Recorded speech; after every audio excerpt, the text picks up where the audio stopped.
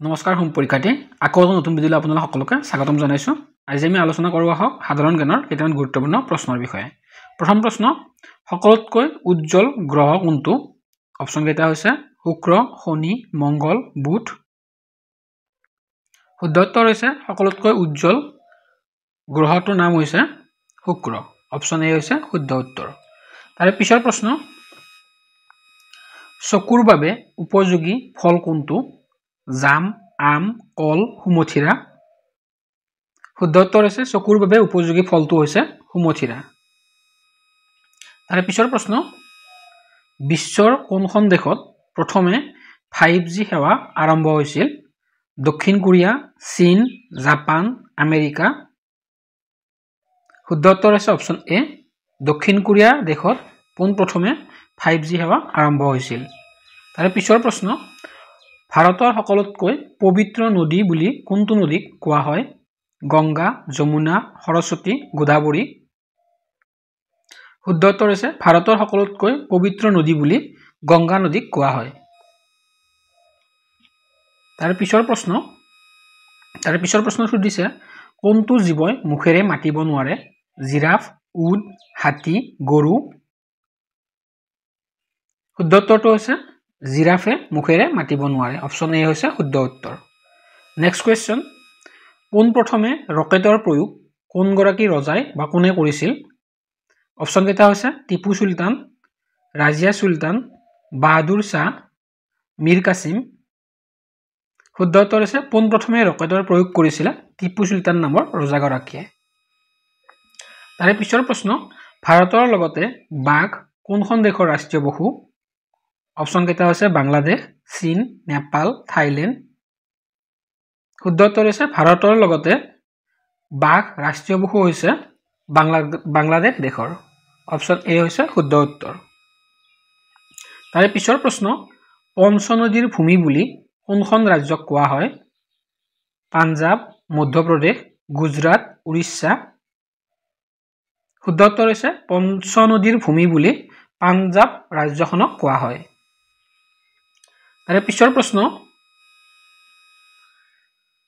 সূৰ্য উদয়ৰ দেশ বুলি কোনখন দেশক কোৱা হয়? জাপান, ম্যানমাৰ, চীন, ৰাছিয়া। শুদ্ধ উত্তৰ হৈছে সূৰ্য উদয়ৰ দেশ বুলি জাপান দেশখনক কোৱা হয়। নেক্সট কুৱেশ্যন, বিহাৰ আৰু পশ্চিমবংগ কোন চনত পৃথক হৈছিল? 1912 চন, 1932 চন, 1935 চন, 1945 চন। শুদ্ধ উত্তৰ হৈছে বিহাৰ আৰু পশ্চিমবংগ পৃথক হৈছিল 1912 চনত। নেক্সট কুৱেশ্যন, কলা আঙ্গুৰ কোনখন দেশত অধিক পৰিমাণে পোৱা যায়? চীন, নেপাল, জাপান, ভূটান। শুদ্ধ উত্তৰ হৈছে কলা আঙ্গুৰ অধিক পৰিমাণে পোৱা বা অধিক পৰিমাণে উৎপাদন হোৱা দেশখনৰ নাম হৈছে চীন দেশ। অনুচ্ছেদ 17 আৰু 18 কি অধিকাৰ প্ৰদান কৰে? সামাজিক সমানতা, মৌলিক অধিকাৰ, শিক্ষাৰ অধিকাৰ, ভাষাৰ অধিকাৰ। শুদ্ধ উত্তৰ হৈছে অনুচ্ছেদ 17 আৰু 18 সামাজিক সমানতাৰ অধিকাৰ প্ৰদান কৰে। অপচন এ হৈছে শুদ্ধ উত্তৰ। তাৰে পিছৰ প্ৰশ্ন, ভাৰতৰ মিনি সংবিধান বুলি কোনটো সংবিধান সংশোধনীক কোৱা হয়? অপচন কেইটা হৈছে 42 নং সংবিধান সংশোধনী, 89 নং সংবিধান সংশোধনী, 65 নং সংবিধান সংশোধনী, 37 নং সংবিধান সংশোধনী। শুদ্ধ উত্তৰ হৈছে ভাৰতৰ মিনি সংবিধান বুলি 42 নং সংবিধান সংশোধনীক কোৱা হয় আৰু সেইটো সময়ৰ ভাৰতৰ প্ৰধানমন্ত্ৰী আছিল ইন্দিৰা গান্ধী। নেক্সট কুৱেশ্যন, ভাৰতৰ আকস্মিক টকাৰ সংৰক্ষক বুলি কাক কোৱা হয়? ৰাষ্ট্ৰপতি, প্ৰধানমন্ত্ৰী, গৃহমন্ত্ৰী, বিত্তমন্ত্ৰী। শুদ্ধ উত্তৰ হৈছে ভাৰতৰ আকস্মিক টকাৰ সংৰক্ষক বুলি ৰাষ্ট্ৰপতিক কোৱা হয়। তাৰে পিছৰ প্ৰশ্ন, ভাৰতৰ দুয়োখন সদনত অধ্যক্ষতা কৰাৰ অধিকাৰ কাৰ আছে? ৰাষ্ট্ৰপতি, লোকসভাৰ অধ্যক্ষ, ৰাজ্যসভাৰ অধ্যক্ষ, বিত্তমন্ত্ৰী। শুদ্ধ উত্তৰ হৈছে ভাৰতৰ দুয়োখন সদনত অধ্যক্ষতা কৰাৰ অধিকাৰ আছে ৰাষ্ট্ৰপতিৰ। নেক্সট কুৱেশ্যন, ৰাষ্ট্ৰপতিৰ কোনটো অনুচ্ছেদ অনুসৰি ক্ষমৰণৰ অধিকাৰ আছে অনুচ্ছেদ 72 অনুচ্ছেদ 65 অনুচ্ছেদ 34 অনুচ্ছেদ 68 শুদ্ধ উত্তৰ হৈছে ৰাষ্ট্ৰপতিৰ অনুচ্ছেদ নং 72 অনুসৰি ক্ষমৰণৰ অধিকাৰ আছে তাৰে পিছৰ প্ৰশ্ন বিত্ত আয়োগৰ অধ্যক্ষক কোনে নিয়োগ কৰে বিত্তমন্ত্ৰী ৰাষ্ট্ৰপতি প্ৰধানমন্ত্ৰী গৃহমন্ত্ৰী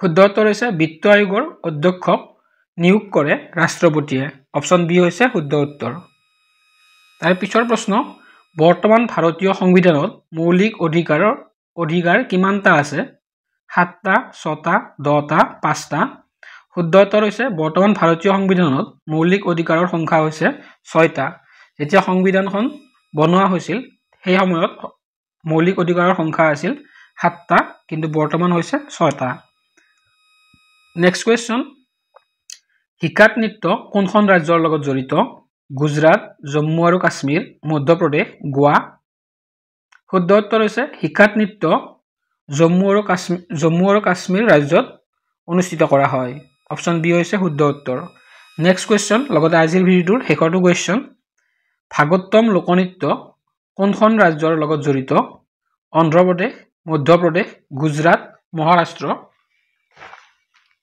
শুদ্ধ উত্তৰ হৈছে ভাগৱতম লোকনৃত্য অন্ধ্ৰপ্ৰদেশ ৰাজ্যৰ লগত জড়িত অন্ধ্ৰপ্ৰদেশত ভাগৱতম লোকনৃত্য অনুষ্ঠিত কৰা হয় অপচন এ হৈছে শুদ্ধ উত্তৰ লগতে আজিৰ ভিডিঅ'টোৰ ইমানখিনি আছিল ধন্যবাদ